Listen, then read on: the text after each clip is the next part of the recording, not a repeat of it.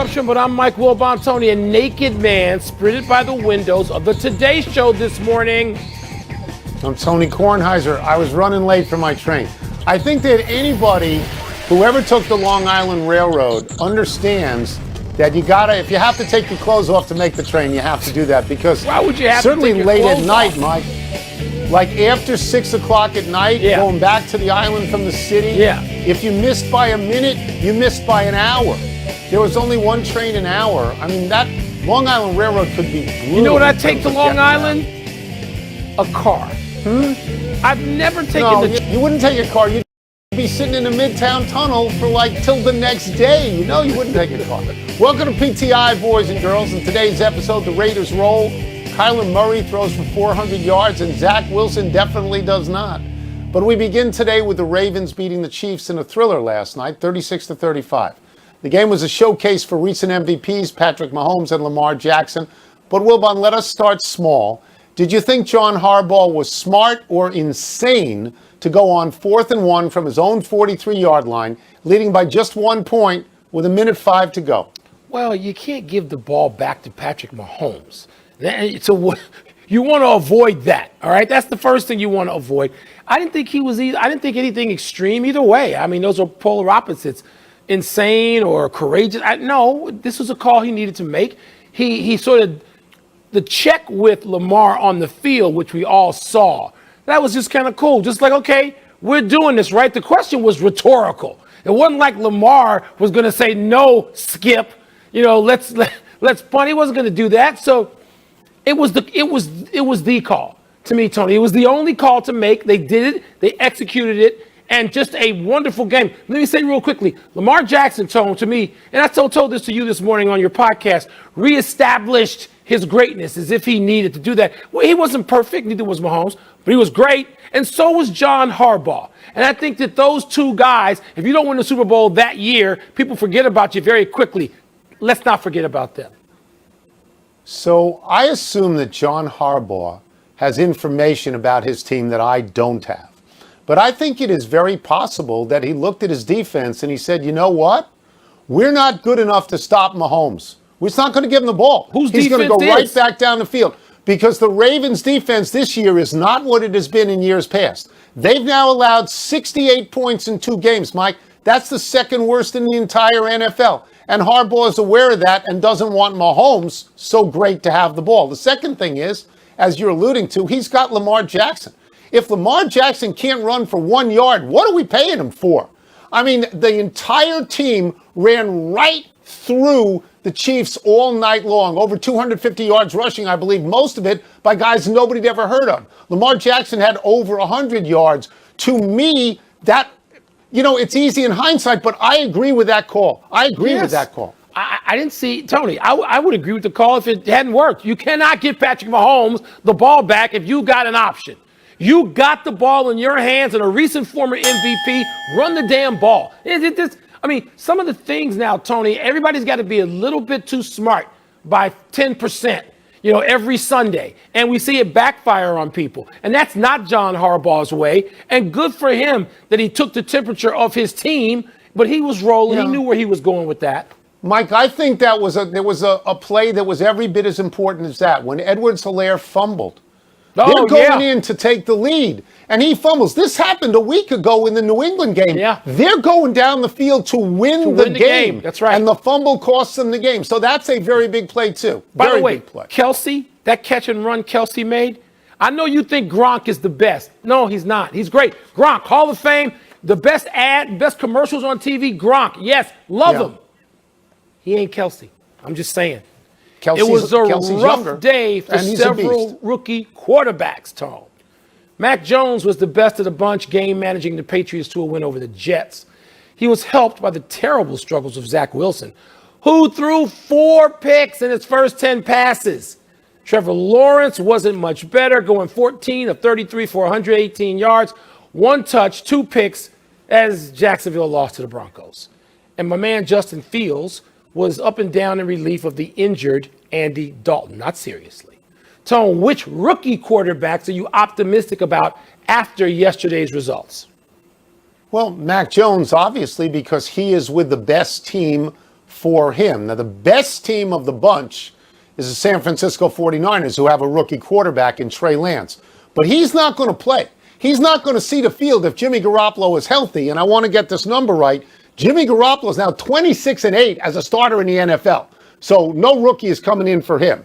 In terms of Zach Wilson, he's drafted to a dumpster fire. I mean, if you think that the problem is the quarterback and not the Jets, you're crazy, because Sam Darnold at the moment is 2-0 with Carolina. Trevor Lawrence is in that position that Joe Burrow was in last year. And again, this year, you're the number 1 overall pick. Peyton Manning, Troy Aikman, you take your lumps. You're drafted by a lousy team. Justin Fields is in a good position. He passed poorly, but he made a great run that the Bears needed. But I think you will agree with me. The announcement was made today that if Dalton is healthy, he will start next week. And I think he should. I think that's correct. You know what, Tony? I don't care about starting. The obsession with starting is crazy. Justin Fields is going to play. That was established the first week, even though he didn't play enough snaps last week. He played enough yesterday because he was needed. Tony, there's still things, though. Look, the question is not whether Justin Fields is ready. His coach and GM ain't ready because they don't have a line around him. And I hear all the great experts talk about other people and the line, and you got to protect your young quarterback. And then when it comes to Fields, they just say, well, just put him in. You got to play him over Andy Dalton. What? The line is dreadful. The Bears have good skill position players, Tony, but the line is dreadful. And I don't know about his coach and play calling either. Those things are all up for question. But the Jets situation is interesting because, oh, my God, Tony, the Jets, they're like the Clippers used to be, and maybe the Lions still are, and they are a dumpster fire. And no matter who comes in there, the Jets are dreadful. Right. And I know this rings with you, this resonates with you, because this was the team of your life. Yeah, the team of my youth and the team most of my life, Mike. I've watched the Jets and loved the Jets most of my life, and maybe this new coach, Salah, maybe he's good. You know, they haven't had a good coach since Bill Parcells. The one thing I liked about Zach Wilson was he was quoted after the game as saying they should have booed me. I wasn't any good. That was good. Francisco Lindor, who went thumbs down to the fans when he stunk, didn't say that. Like that. So I liked what he said. Let's move on. Fans 3 NFC West teams won again.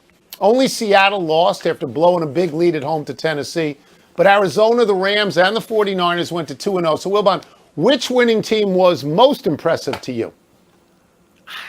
You know, Tony, I guess the Niners, right? I mean, I guess the 49ers. I guess to go on the road and beat a Philly team that had played really well, kicking Atlanta in the teeth in the season opener. I guess that, look, you and I talked about this morning, too. Kyler Murray is now must-see TV. I mean, he is the most exciting player in the game, perhaps. I mean, people might find some other player they find more exciting. I don't. Kyler Murray is not. I think Kyler Murray also can help his team and help the other team. Because Kyler Murray had a possession late in the game when he needs a first down, and he had a 24-second possession. And that doesn't work. The Cardinals didn't need to be in that drama. I mean, he can deliver you from the drama or deliver you to the drama. It's going to bear watching as the season goes on, but you want to watch him.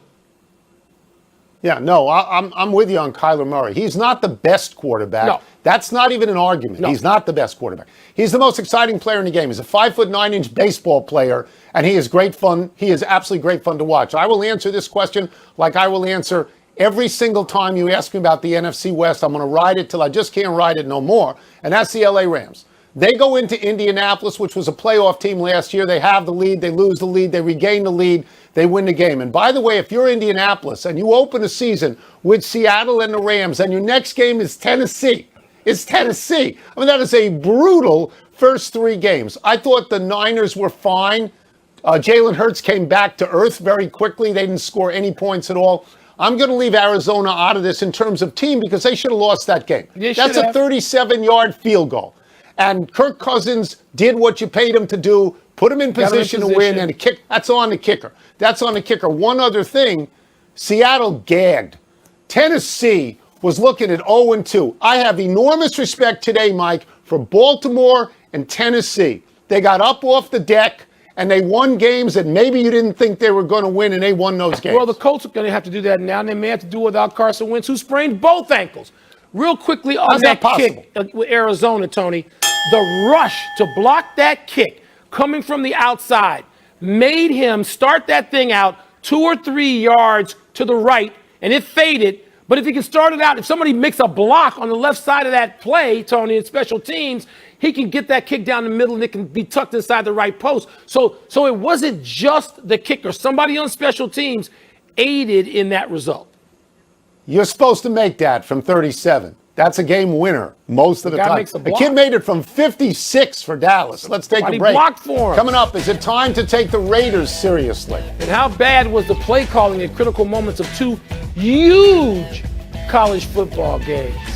Huge. The games that we've seen in the NFL, the national game, really good now that they've beaten the Ravens and the Steelers. There's very little I'm going to admit 2 weeks into a season. It's an impressive win. Can we stop with that? Everything in the NFL coverage these days is so overstated. Every result is not end of the world, even though every result is treated that way, including on this network and not this show. The Raiders had a good win. To have a short week, Derek Carr played well, even though we don't even know what's going to happen to him next week. He's injured, apparently. They go to Pittsburgh, they win. We don't know how good Pittsburgh is, even though they beat Buffalo the previous week. Can we just slow the roll a little bit? The Raiders had a hell of a win yesterday. Let's see what happens in week 3.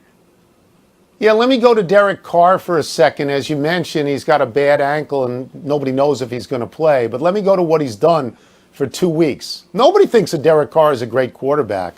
The other week, in the fourth quarter, that was against the Ravens, in the fourth quarter and the overtime, in just that amount of time, he threw for 267 yards and 2 touchdowns. Yesterday, he threw for 382 yards and 2 touchdowns. He has passed for 817 yards in 2 games. That leads all of football. I mean, okay, Tom Brady's the greatest thing anybody's ever seen, but what is Derek Carr exactly doing? I would like to root for the Raiders. I have some trouble, Mike, with the way that they left Oakland. You know, I mean, leaving Oakland high and dry like that.